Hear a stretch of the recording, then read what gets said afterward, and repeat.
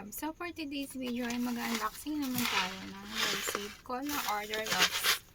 So, meron na siyang nakalagay dito kung ano siya. Yan o, nakalagay na dito kung ano. Pero babaksan lang natin loves para malaman natin kung okay ba yung item. Right? Yan. Buksan natin. Mabilis na siyang buksan loves at natapon yung iba. Yan loves. Natapon siya.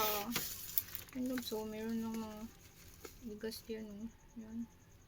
Natapon loves. Yan natapon siya loves. Ewan ko lang kung bakit natapon to loves. Baka nabuslot. Baka nagkabuta siya kaya natapon, di ba? Ba yan? Meron siya dito color. Yan. Yan, meron siyang natapon dito. As you can see, mga natapon na bigas.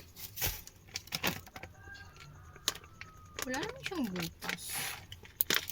Bakit? Ay! May butas ba? Nagkaroon pala siya ng butas. Kaya nagkatapon-tapon. Yan o.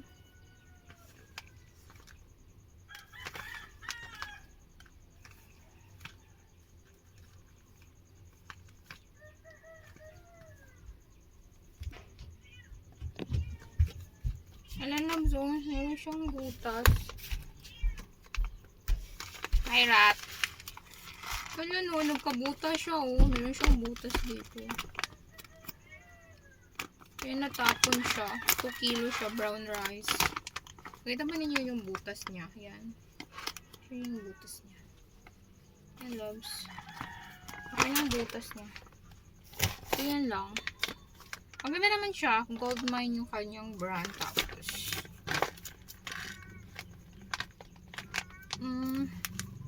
ano yan? Ano yung lagayan niya? So only downside is this hole. Yan. Yan naman. 2 kilos brown rice gold mine. Pero dapat lumagi pa rin yung kainin mo dahil mataas rin siya sa calories. So, madami kang kakain. Tataba ka pa rin. O, diba? So, yun lang loves. Nagpa-cute-cute lang ako dito. Yan lang. Hanggang sa susunod na video natin. Bye! So, yun. Itong mga naipot.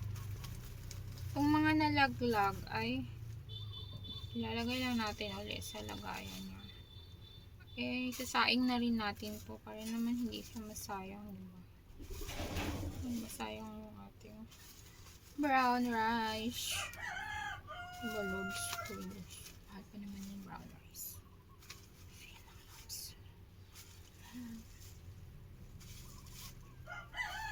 Yeah, thank you for watching.